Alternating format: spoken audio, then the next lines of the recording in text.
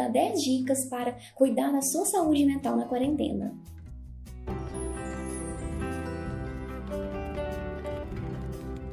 A primeira dica é cuidar da sua alimentação. Cuidar da alimentação é importante tanto no aspecto emocional quanto para a saúde, principalmente envolvendo uma boa imunidade. Muitas pessoas têm abusado um pouco do café porque elas têm se sentido mais improdutivas. Então, esse tipo de aumento aí do consumo de café acaba prejudicando, inclusive, a ansiedade. A pessoa pode ficar mais agitada, pode atrapalhar o sono, entre outros aspectos negativos. A segunda dica é fazer exercícios em casa. Mesmo que não seja da mesma forma como você fazia antes, que seja na academia ou algum tipo de aula que no momento está sendo um pouco mais difícil, tente ser criativo e inovar utilizando o seu espaço de casa. Você pode tentar ser criativo, pode utilizar a escada da sua casa, se for seguro, ou então a garagem do seu prédio, pular corda, jogar uma bola se você tiver área externa, ou então utilizando alguns exercícios que você pode encontrar facilmente na internet. A terceira dica seria então estabelecer uma rotina. Tente acordar no mesmo horário, fazer as refeições também no mesmo horário, dormir no mesmo horário. Cuide do seu ambiente de trabalho e de estudo, tente separar os ambientes para não prejudicar no seu sono e nem na sua atenção, na sua produtividade. E discuta a divisão desse ambiente com a sua família. A quarta dica, cuidado com o excesso de informações que você tem consumido. Utilize sempre fontes confiáveis e tente limitar o seu acesso à internet. Se você tem notado que o consumo de notícias tem aumentado e não tem te feito bem, escolha um período do dia ou limite em alguns dias da semana que você vai buscar se informar em relação ao vírus atualmente. A quinta dica seria utilizar a tecnologia a seu favor para diminuir esse isolamento social. Então você pode tentar se conectar com seus amigos, ou pelo celular, ou fazendo videochamada, compartilhando a sua vida, o que você tem feito, o que você tem lido, ou até mesmo falar com alguns vizinhos, mesmo que distantes. O importante seria focar nessa rede de apoio nesse momento. E a sexta dica, não abandone os seus hobbies. Mesmo que você não tenha costume de fazer algo em termos de hobby dentro de casa, você poderia tentar nesse momento aprender alguma coisa nova, de repente cozinhar, utilizar alguma coisa de jardinagem, reformar algum móvel, aprender alguma coisa nova, ler um livro, assistir um filme, ouvir uma música, tocar algum instrumento, entre tantos outros hobbies que você poderia utilizar. Tente não julgar antes de você começar a fazer, para ver como você vai se sentir, se aquilo realmente vai ser prazeroso, se vai ter essa função de válvula de escape ou não. A sétima dica seria utilizar alguma técnica para o manejo da ansiedade, que deve estar mais alta nesse momento. Você pode tentar o relaxamento muscular, a respiração diafragmática. Inclusive aqui no canal da Cazuli tem um vídeo que fala sobre exatamente essas técnicas e como aplicá-las no dia a dia. A oitava dica seria: seja altruísta e gentil com o outro. Há evidências na literatura que o altruísmo ele melhora a qualidade de vida, aumenta o suporte social e diminui também o sofrimento psíquico de forma geral. Então, o altruísmo seria muito importante, principalmente nesse momento que as pessoas precisam se sentirem mais fortalecidas.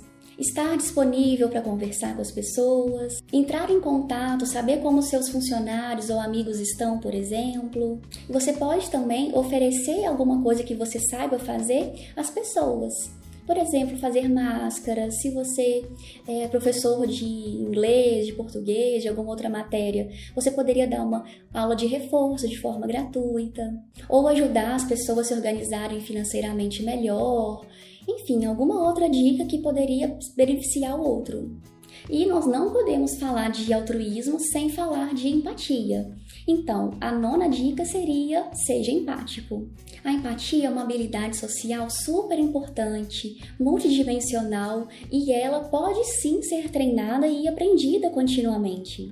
Ela inclui a capacidade da pessoa perceber e inferir os pensamentos de outra pessoa em um determinado contexto, se colocar no lugar do outro com o olhar, com a perspectiva do outro. considerar e se interessar pelas necessidades emocionais do outro e se preocupar pelo bem-estar. Além disso, seria importante expressar esse tipo de entendimento e componente afetivo ao outro. Então, você poderia expressar verbalmente para que o outro se sinta completamente compreendido e validado. E aí, lembrando que essa habilidade, ela requer que a gente se coloque no lugar do outro sem julgamento, sem o nosso olhar. Seria exatamente se colocar com o olhar do outro, com a lente, do outro. E por fim, a 10ª dica é a autocompaixão. Quem é meu paciente sabe o quanto que eu tenho reforçado essa necessidade com eles, Então eu vou buscar fazer uma pergunta, queria que você refletisse um pouco sobre isso. Você tem se tratado da mesma forma como você trata algum amigo ou alguém que você ama muito? Ter autocompaixão é ser gentil e compreensivo consigo mesmo, sem crítica, sem julgamento. Seria perceber que todos nós cometemos erros e temos falhas e que na verdade está tudo bem, com isso. É natural e faz parte da própria experiência humana, errar, falhar. E também a autocompaixão, ela implica em reconhecer os pensamentos, os sentimentos e as sensações naquele momento. Seria se conectar mais com você mesmo. Então, se você é mais autocrítico, eu te convido a refletir um pouco sobre isso. Realmente você tem se tratado bem? Ou você está se cobrando excessivamente por aqueles cursos online que você não tem feito da forma como você gostaria e tem se criticado em relação a isso ou algum outro tipo de demanda? E especificamente sobre a quarentena, tente se lembrar disso mais vezes ao dia, que a gente tem vivido um período atípico e que se você não estiver bem, aos pouquinhos você vai conseguir se ajustar. Vai conseguir ajustar suas metas, definir seus objetivos, mesmo que demore um tempo maior do que você gostaria. Tente validar esse sentimento com você mesmo e se acolher logo em seguida. Então, pensando nessas 10 dicas, tente refletir um pouco sobre isso. O que eu poderia fazer nesse momento? Não tente fazer tudo de uma vez só, porque senão vai gerar mais ansiedade, você pode se sentir frustrado depois.